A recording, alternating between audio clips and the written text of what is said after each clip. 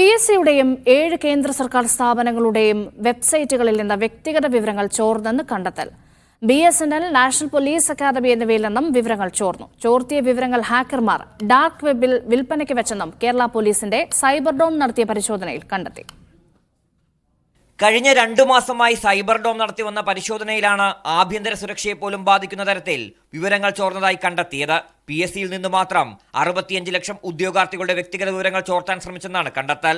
എന്നാൽ 3000-ഓളം പേരുടെ വിവരങ്ങൾ ചോർന്നതിന്റെ തെളിവുകൾ മാത്രമാണ് സൈബർ ഡോമിന് ലഭിച്ചത്. BSNL, നാഷണൽ പോലീസ് അക്കാദമി എന്നിവയടക്കം 7 കേന്ദ്ര സർക്കാർ സ്ഥാപനങ്ങളുടെ വെബ്സൈറ്റുകളിൽ നിന്നും വിവരങ്ങൾ ചോർന്നിട്ടുണ്ട്. ചോർത്തിയ വിവരങ്ങൾ ഹാക്കർമാർ ഡാർക്ക് വെബിൽ വിൽപ്പനയ്ക്ക് വെച്ചതായും കണ്ടെത്തി. സംസ്ഥാന പോലീസ് മേധാവി വഴി വിവരങ്ങൾ ലഭിച്ച PSC പ്രൊഫൈലുകൾ ലോഗിൻ ചെയ്യാൻ ഉദ്യോഗാർത്ഥികൾക്ക് ഈ മാസം മുതൽ മൊബൈൽ OTP നിർബന്ധമാക്കി. ഉദ്യോഗാർത്ഥികൾ നിലവിൽ ഉപയോഗിക്കുന്ന മൊബൈൽ നമ്പർ, ഇമെയിൽ ID എന്നിവ നിർബന്ധമായും പ്രൊഫൈലിൽ അപ്ഡേറ്റ് ചെയ്യണമെന്നും 6 മാസം കൂടുമ്പോൾ പാസ്വേഡ് പുതുക്കണമെന്നും നിർദ്ദേശമുണ്ട്.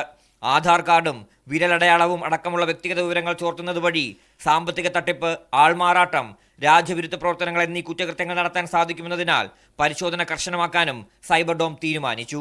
മീഡിയ 1, തിരുവനന്തപുരം.